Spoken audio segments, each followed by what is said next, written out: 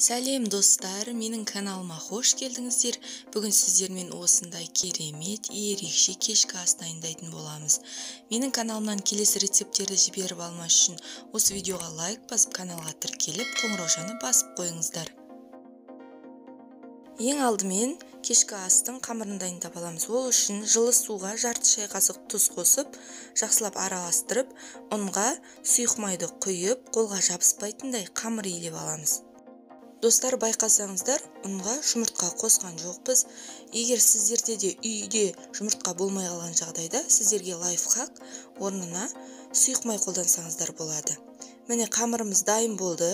Дайын болған қамырды 15-20 минутқа тындырып қоямыз.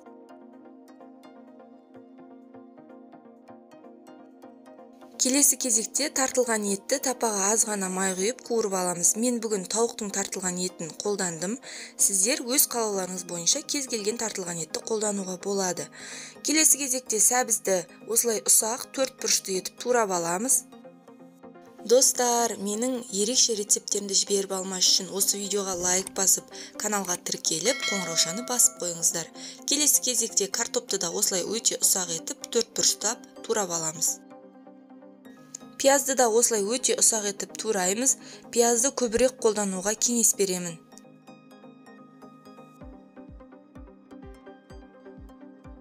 Достар, енді тартылған еттің үстіне сәбізді қосамыз, туралған картопты қосамыз, одан кейін пиязды қосып, дәміне қарай тұз, қара бұрыш сеуіп, жақсылап араластырып қойып қоямыз.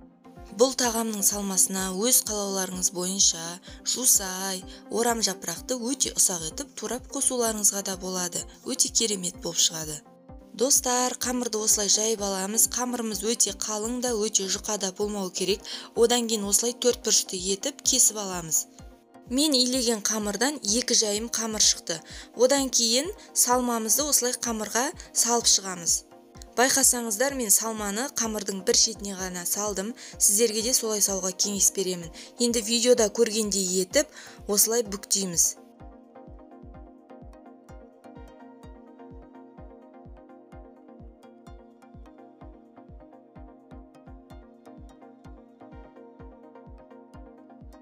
Осылай жасап болғаннан кейін противенге тізіп, пеште 180 градуста 50 минутта пісіріп аламыз. Достар, қараңыздаршы, міне біздің кешкі асымыз да дайын. Пештен шыққаннан кейін сары майды осылай ыстық күйінде жағамыз. Достар, осы кешкі асты сіздерге де жасап көруге кеңес беремін. Міндетті түрде менің рецептіммен жасап көріңіздер. Осы кешкі аспен бірге мен ақ соусты ұсындым. Ол сметана, майонез және өте ұсақ етіп туралған чеснок. Достар, келесіде менің каналымдағы рецепттерді бірінші болып көру үшін осы видеоға лайк басып, каналға тіркеліп, қоңыраушаны басып қойыңыздар.